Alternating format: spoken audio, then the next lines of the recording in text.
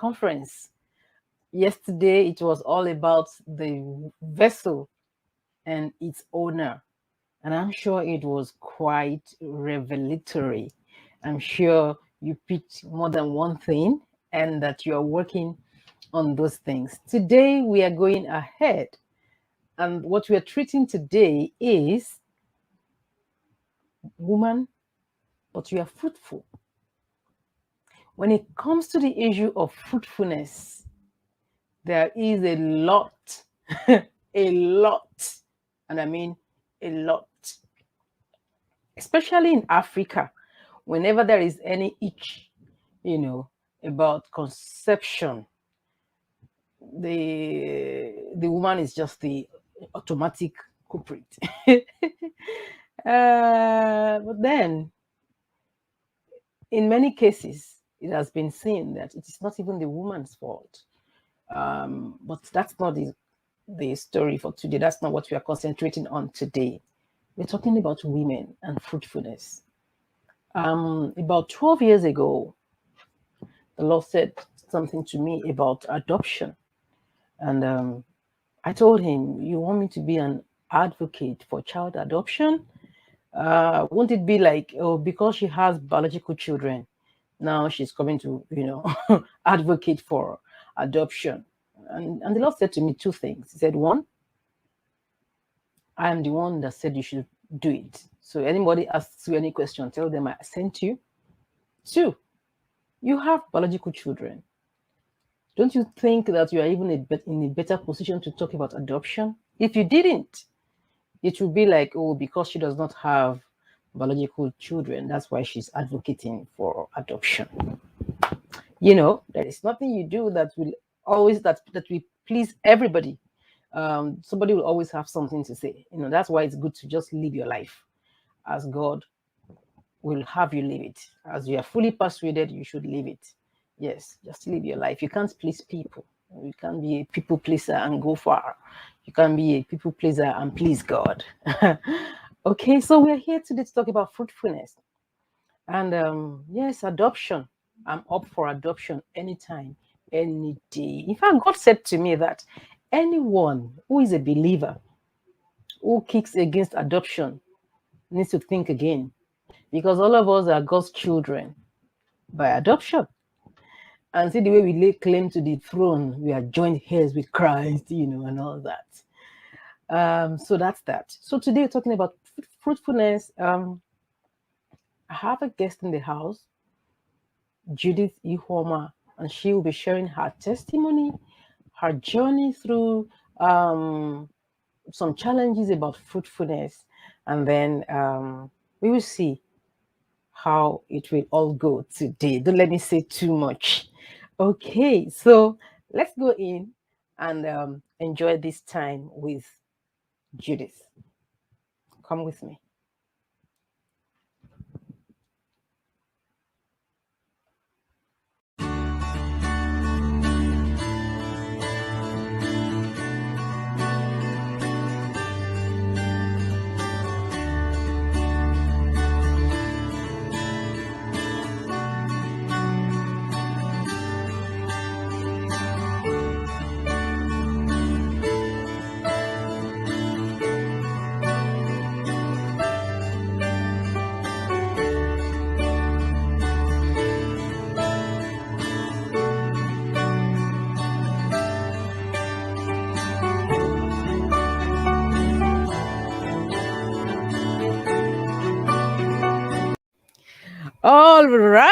All right. I'm so happy that today is finally here. And I have with me in the house, we don't have so much time, so I wouldn't want to spend so much time doing other things. We just go straight into the business of today. You can see right here with me this beautiful, articulate, God-fearing. Should I go on? If I start now, that would take all of the time. But I just met her. I believe that God brought us together. And then we started talking. And there was a connect. And here we are today doing something together with other women. We both have common beliefs when it has to do with how the female gender should relate. We both believe that we are all one. The fall of one is the fall of all. The shame of one is the shame of all. The rise of one is the rise of all. So we want to rise together. We want to move together. We want to encourage one another and bring out the best in one another. So I have with me today my beautiful sister Judith, and she will be doing justice to woman, but you are fruitful. Okay, so Judith, over to you now. That I see you, I know you, but for our viewers who are just probably seeing you for the first time today, who are you? Okay, my name is Judith Ogechi Ihuoma. I'm a mom of two, and this person, and I like to call myself a testimony child. Hmm. Okay, so what is that testimony? Okay. Testimony. Testimony time. Okay, so I just had a baby boy, and that boy is my testimony. But first, I just tell you a little bit about my journey towards having a child. My first child is 10 and a half years old. And before I had her, I had challenges conceiving. It was about 3 years into marriage before I was able to conceive her. And after that, I had 2 miscarriages before I was pregnant for my son. But the testimony here is the challenges after giving birth 10 and a half years ago and having 2 miscarriages. I've tried to get pregnant. We've tried IUI, which is just like IVF, and we didn't get any positive results. I've had to do a lot of tests, the HSG test, which checks your fallopian tubes, check your hormones. I did all that. I did everything you're supposed to do, and I never got pregnant. But last year, God blessed me, and I was 41 last year, and God blessed me, and He blessed me with twins, identical twin boys. Wow. So I pregnant naturally after trying. I tried. And along the pregnancy, I had something called twin transfusion syndrome. It's a rare condition that happens to identical twins. Okay. Identical twins are in one sac, they share a placenta, they share everything. But twin syndrome, one baby is pushing blood to the other baby, and the only way you can correct it is by having surgery. Now, here in the States, all you need to do is have laser surgery, which helps you kind of separate the twins so they don't push too much blood into each other. What happens if this continues is you could lose both babies. So sometimes you hear, oh, maybe they had twins, one was really small, one was really big. Yes, it happens, and some babies like that survive, but with identical twins, it's different. So anyway, I trusted the doctors and I went in for laser surgery at about 5 months. Okay. And unfortunately, my uterus was perforated and wheeled back into surgery for open surgery while pregnant. So in one day, I had laser surgery and I had open surgery because I was timely. Well, Wow. God gave me, and I came out of that surgery. It was lightning. I lost a lot of blood. I was giving blood. At some point, everything in my body stopped work. I walked in there normal. I was okay. I was laughing and talking, packed my bags, looked good and everything. But when I came out from surgery, everything stopped working. I don't know surgery, but the only thing I was to be good. I said, give me these children and you're going to keep them and you're going to keep me because I have one other child to take care of and I have these 2 you have blessed me with. Out of that surgery, it was a difficult one. Right. I couldn't get sad because they said I was having tachycardia. my thyroid levels above the roof. Leave me in there with me. So the only thing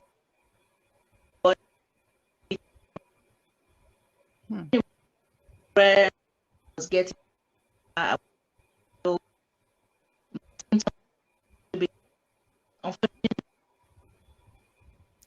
We didn't hear. I didn't hear the past 30 seconds though. Oh, okay. I said everything looked good. The surgery was successful. We were able to stop the bleeding in the uterus, and I needed a few days to be sure everything was fine with the babies. And unfortunately, a few days later, I was told that one of my baby was not breathing. Clearly breathing, I could see, you know, and it said you can't do anything. You're just coming out from surgery. You will carry both pregnancies to term. Both term. It was a difficult decision because I'm there. One side, I have one baby. I have one baby I know has breathing, but it's perfectly there. He's right there in the womb. You see him in the scan every time you go for a scan, and I had to go for a scan every week. Oh my goodness. Well, I continued and I God and I said, will be done. And as long as I'm alive today, I will testify to his word. You know, and hallelujah. I lost so much weight in this pregnancy. Pictures of what kind of but I lost so much. I look like somebody else. I was full. But something I believe God. I said, God bless me, and all my years of trying, He has a purpose. So I carried my pregnancy to 34 weeks and 5 days, and I went back in for a cesarean, and I hallelujah. Yes, I learned, but I have one healthy baby boy. Glory to God. Went to NICU, he made it out clear, no health problems, nothing whatsoever wrong with him. Thank God. And this time, the second surgery, I came out strong. Thank God. Thank God. You know what really struck me in this that you said? You said that God still brought you out. You have a testimony. I've met a lot of women. I've had to interact with a lot of women. And some of them, when you say, oh, somebody had a cesarean section while delivering, they say, oh, why not a normal delivery? They tend to think that if it is not a normal delivery, it is lesser than than the experience should be. And of course, look at you now. You went through so much pain, but you're not focusing on your pain. No. You brought purpose out of this, and you are testifying to the glory of God. That is what we want the women to see. That as long as we are still here, there is a reason to be thankful. And whatever it is that we go through conception or while waiting, or even if you are still waiting, all hope is not lost. Not right? Lost at all. Not please speak. It's not lost. So, I like to tell women, I say, if you're going through something, you're trying to have a child, you need to be open. Talk to people. Yes, some women laugh at you when they say, oh, she's always having problems. I know that people have talked about me. I had cesarean section to have my first child. I had surgery while pregnant. I had surgery to give birth. I'm sure somebody has termed me their surgery girl, but it doesn't matter. What matters is that I wake up every day, I'm healthy, I'm fine, my stitches are fine, and I can see my children. If I push them out, supposing I push them out and they die, what happens? The most important thing, what do you get out of it? I got my children out of the surgery, and that's God's work. That's God's work. Exactly. It doesn't matter how you get them or how you conceive them. It doesn't matter. What matters is that you get the outcome and you have your babies in your hand. Okay. That's the most important thing is.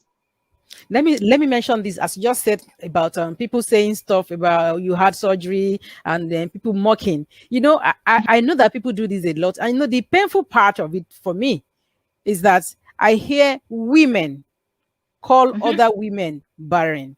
I hear Oh, women call oh other yes. women lazy. I I am I am a living testimony. Like I said, I was called barren before I had my daughter. I had had a corrective surgery before I got married, and Okay. I would say it on air because right now I'm past that level. I'm aware that a relative of mine has said that I wouldn't be able to have children because I once had a corrective surgery before I got married. Hmm. And A when I woman. had it, a woman, a fellow Hmm. woman, and when I heard it, I said, oh, well, she's not God.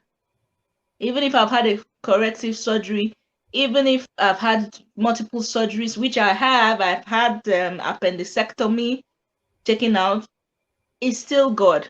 It's no man's work, you know. Now let me give another testimony. While I was and all the time I had HSG, I also found out that my tubes were curved. Hmm. My tubes were curved. It's like on the page, one was up, one was down. Those same curved tubes have given me 2 children. Hallelujah. Those same curved, I conceived, even though I lost some pregnancies, but I conceived. So Thank God. hope is Yeah. hope is not lost. No matter what the medical say or anything, I think at the end of the day, God has the final say. He has the final say. He has the final say. Thank you. And you know, yes, God uses medicine. Yes. Is the one that gave them the wisdom to know how to do it. Look at that laser surgery. Laser surgery turned to open surgery. God has told the doctor this is the right thing to do. Save her life. Save The her baby. life. Exactly.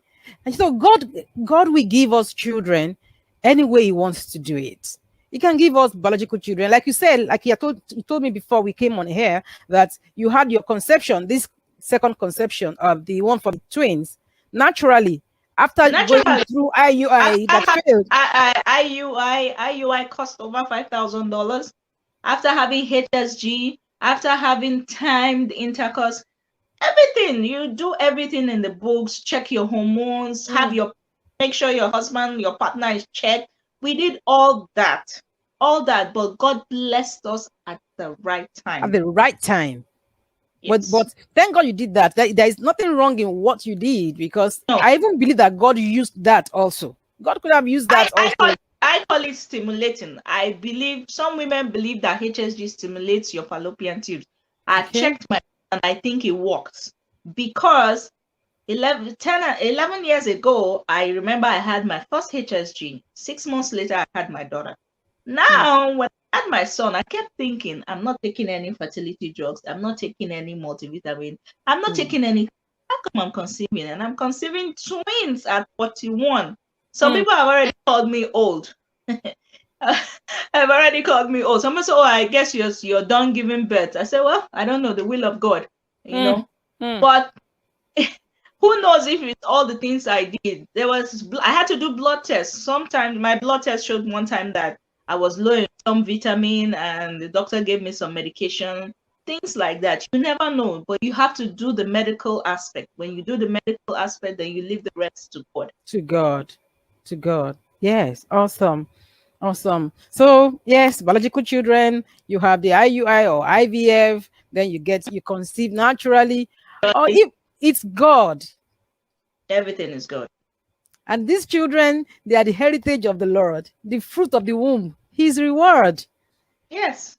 And you know, for us here, we say that all our children are all our children. There's Yes. no such thing as other people's children.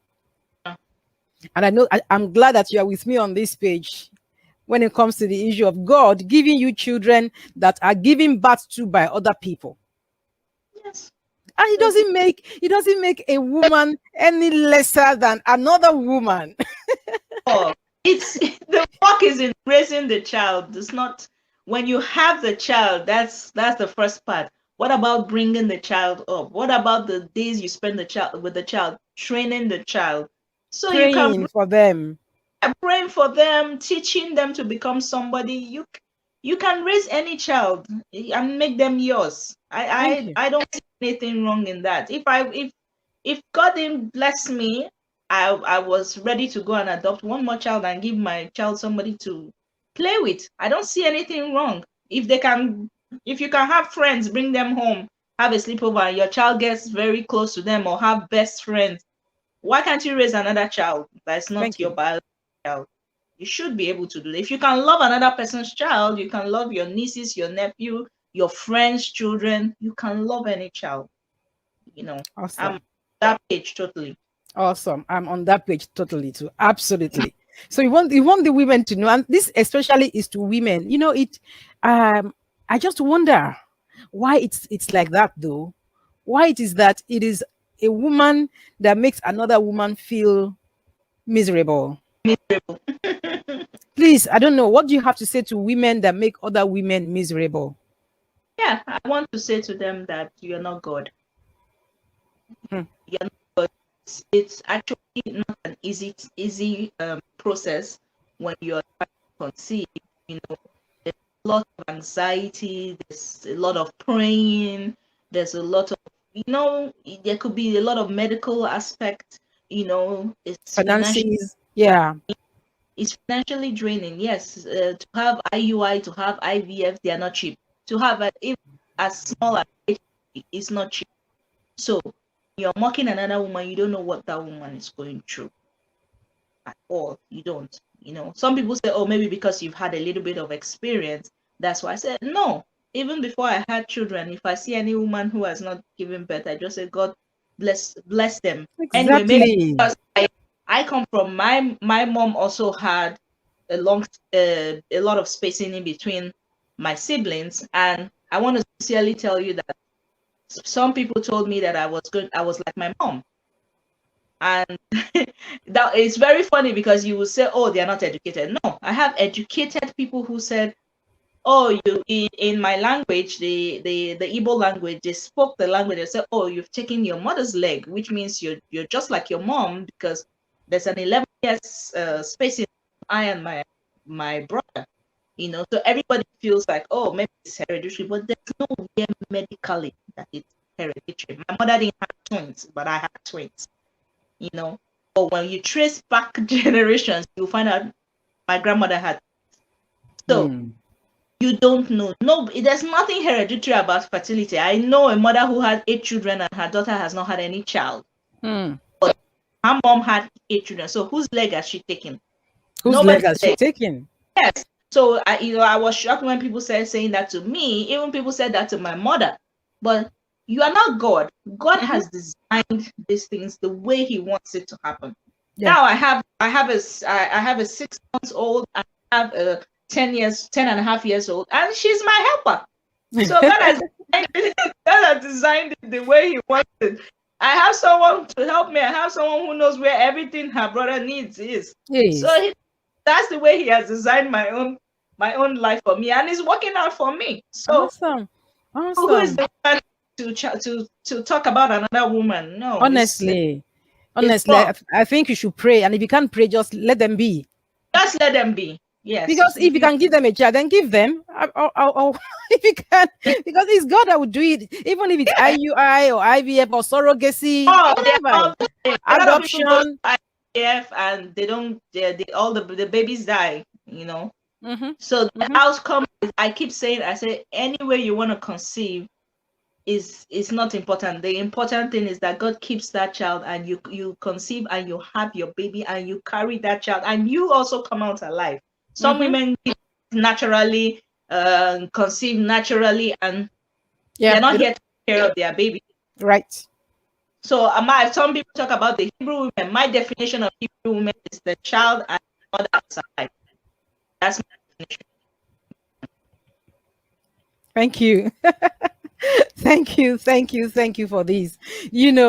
I'm so glad that you are saying this, because you've been through it.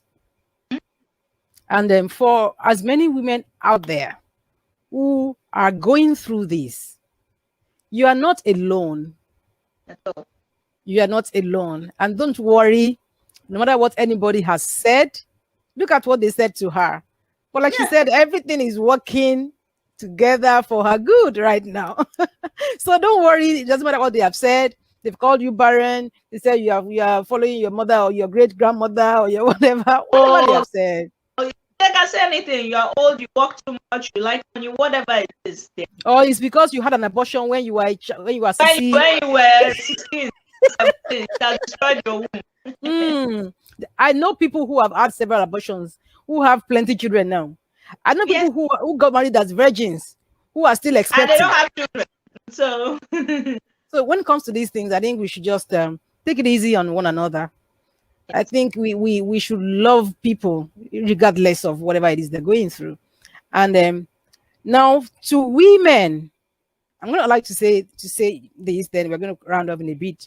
What do you have to say to women who are expecting? What do you have to say concerning IUI, IVF, doing the HCG, surrogacy, adoption? In a few words, like in a few words, what do you have to say to women who? Everyone who is trying, first you have to check your. Make sure you. Sorry, I can't hear. We didn't get that. I said to every woman who is trying to conceive, first you have to check yourself. Are you medically fit? If you're older, but you need to check your eggs, make sure you can still conceive. Then you need to check your partner. It's not just the woman. You know, sometimes. Thank you. Sorry. I have to come in there. It's not just the woman, especially in Africa. Once there is a delay in conception, men don't go to the hospital in Africa. Woman. Men don't go for conception problems in Africa. The fertility problem belongs to the woman. Belongs to the woman. Sincerely, a lot of cases and a few friends I have who have been through the same issue, it's not even their fault. You know, so I advise women. I say, if you are trying to conceive, you and your partner need to work together. Yeah. First, finish the medical part first. Make sure you guys are okay. Everything fine.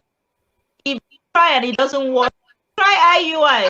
IUI doesn't work. Try IVF. If IVF will not work for you, try surrogate. Do your eggs, your husband's child, and if that doesn't work, have adoption. There are a lot of children out there looking for someone to love. You want to take them very young, go ahead. Them where you want them. Come first. I don't see anything wrong. People say, oh, because I had children. No, I had children. I'm adopting one more. Actually, before I even got married, I was already saying I was going to adopt a child. So it wasn't even for me. It wasn't even like maybe if this does not happen, then I will do this. You know. So it's just been something in my heart, even before the Lord now gave me an instruction to really be an advocate, you know, for child adoption. I don't see anything wrong with it. I just want to encourage every woman out there. You need to do something about it. Go ahead. Don't listen to what people say. You know, there's a lot of stigma especially in Africa, about surrogacy, yes, about IVF, about adoption. Some people say, "Oh, we adopt a child cannot inherit anything from the father." Yes, I know that happens in some of my traditions, but I want to tell. Don't look at them. If your mind says adopt a child, raise a child with all the love you have in your heart, I'm sure you won't regret it. If you bring a child up in your own, the way you want to, teach the child about God, and you pick this child up, even if you pick them up at 5 years old and they live with you, you love them, you treat them like your child, your biological child. You look at the pains of carrying that baby for 9 months and you give them all. I don't think you've done anything wrong. That child is going to grow up as yours. Yeah, the only one who's you're adopted, or people are going to say, oh, she adopted the child. But you are fruitful. You are sown into that child. Yes, you're going to train that child. You're going to take care of that child. You're going to pray for that child. You're going to be in that child's life.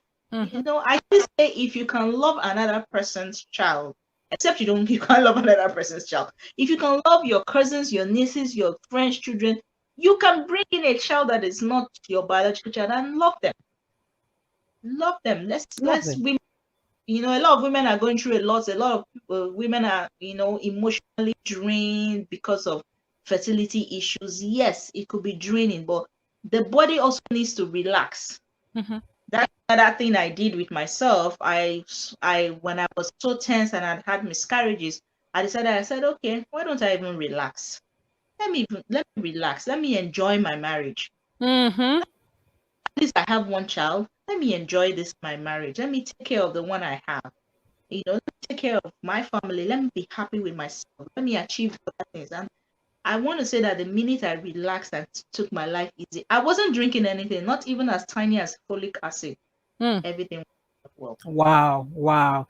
That's another beautiful point right there. Be anxious for nothing. I hear that Yes, anxiety is actually the reason some women are not able to conceive.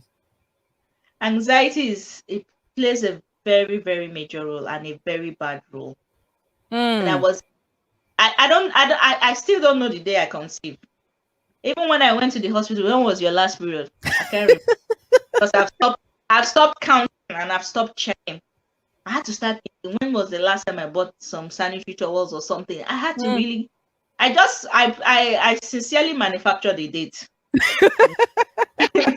I just manufactured a date. I think it was about this time, and This that's the date stuck to. I said, okay, that's the date, but I can't remember. I want to tell them that I can't remember because you're supposed to be trying. No, I had relaxed. I said, you know what, God, let your will be done. You know, and I think the body needs to relax, the body needs to be in a happy place. Yes, the body needs to be a happy place. Yes, yes. Wow, wow. This has been fantastic. I've had a wonderful time speaking with you, Judith. And I know everyone out there who is watching right now who will come on later to watch this.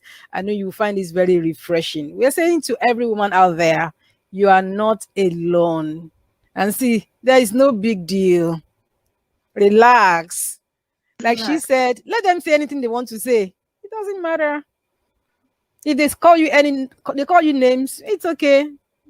It's their mouth. Let them run it.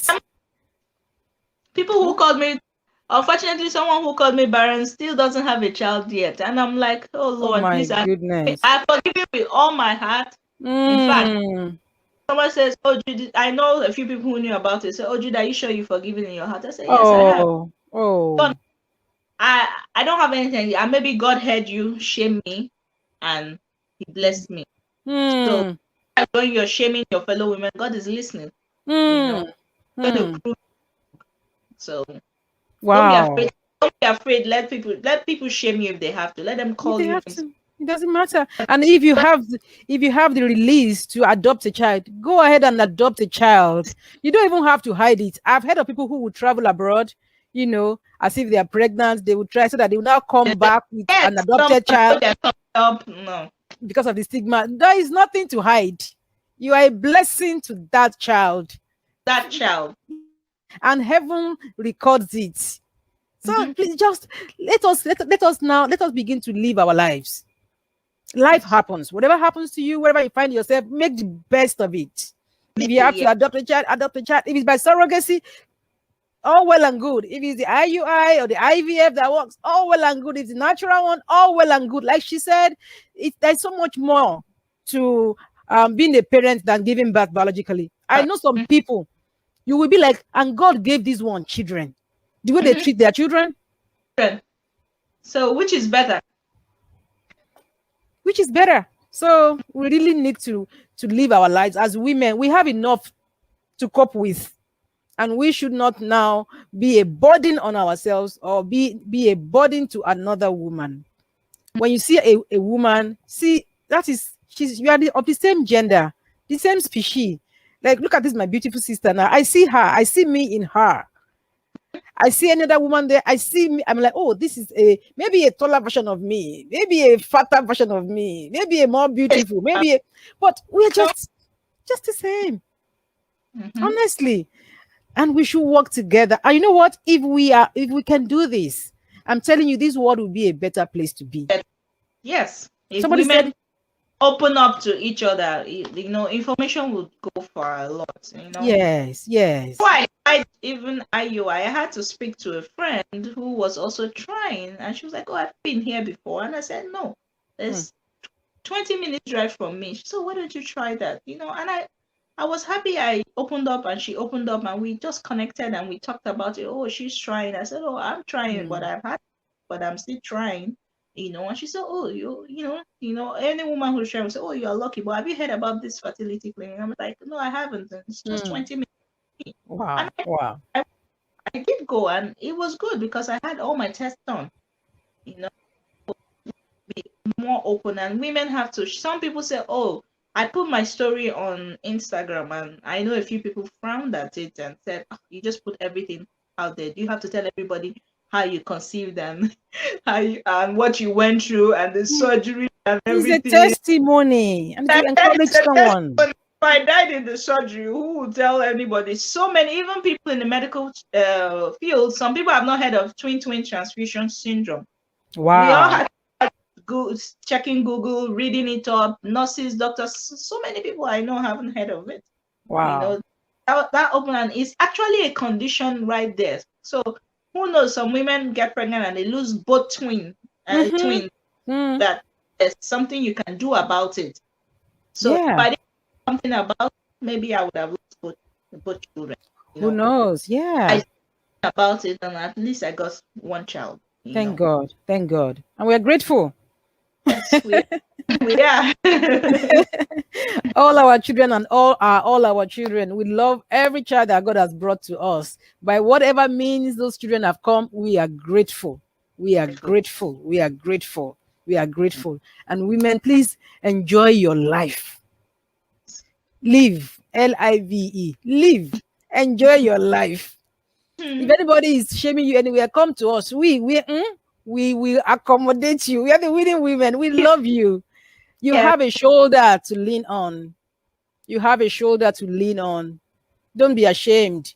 If anybody calls you anything, if they could do anything about the situation, let them do it. If they can't, then shame on them.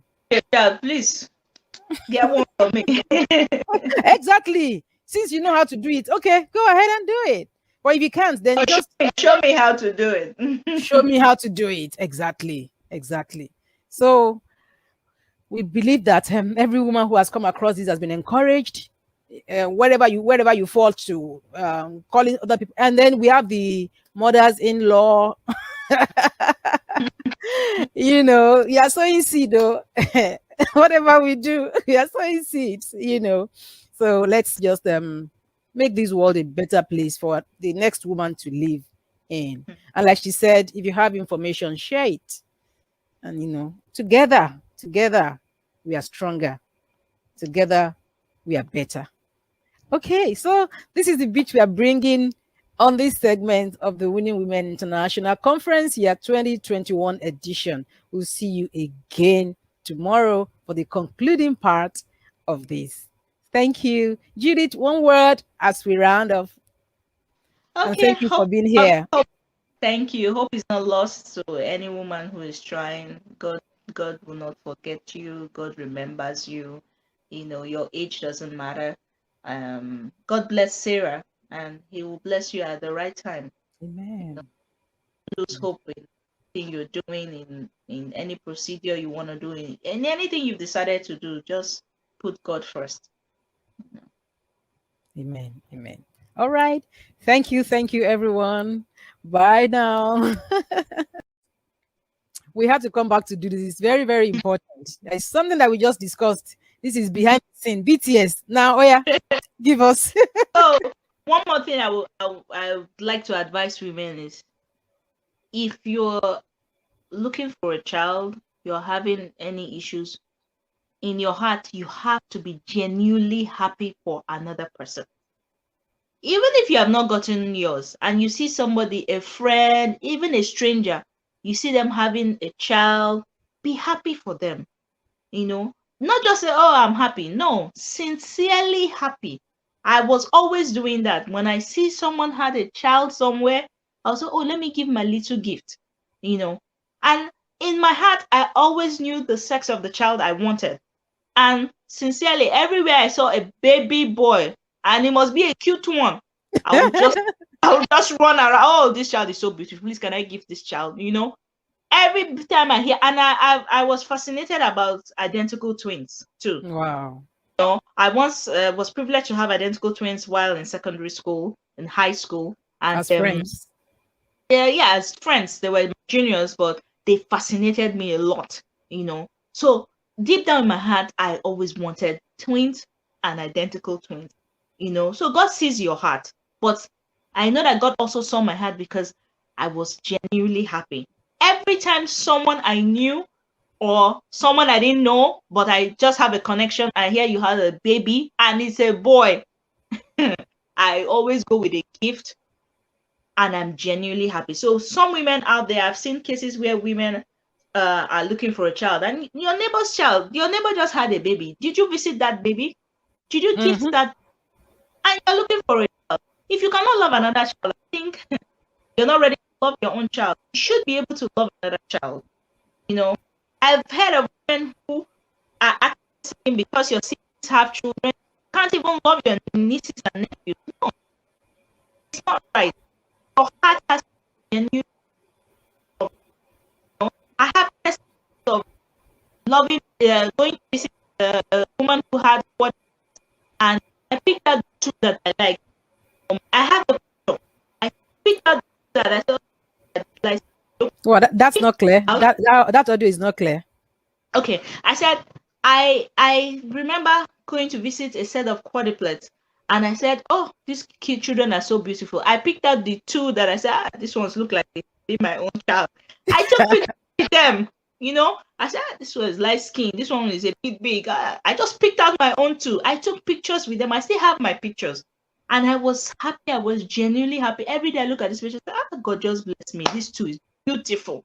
So heart has to be willing, your heart has to be ready, your heart has to be genuinely happy for the other person. For the other person. First, they call you for naming, be happy. Even if you don't have a gift, be happy. Let your heart, God can see your heart. If you say, God can see our heart. Sure. God can see what you actually feel inside. So you have to be, if you're not doing that, you have to train yourself, teach yourself to be genuinely happy. Don't be jealous. God will bless every woman at the right time. Yes. I want to encourage every woman there. If you are seeking for a child, everywhere you hear your friend is having naming, is having anything, be genuine about it. Be happy for them. Rejoice with them. Dance more than the owner of the baby has done. Yeah. When you dance, tell God, this is how I will dance to the altar when my turn comes. When my turn comes. Be happy for them. It's really important too. It is very important. It is very. We came back to say this. Thank you. Bye. Thank you. Bye. You're welcome. That's how it went. A whole lot, you see? A whole lot. I've seen God move in diverse ways in this ministry. I've seen women who doctors have written off as not going to be able to conceive. I've seen them conceive and have their babies.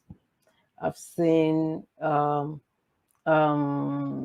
supernatural conception, supernatural deliveries.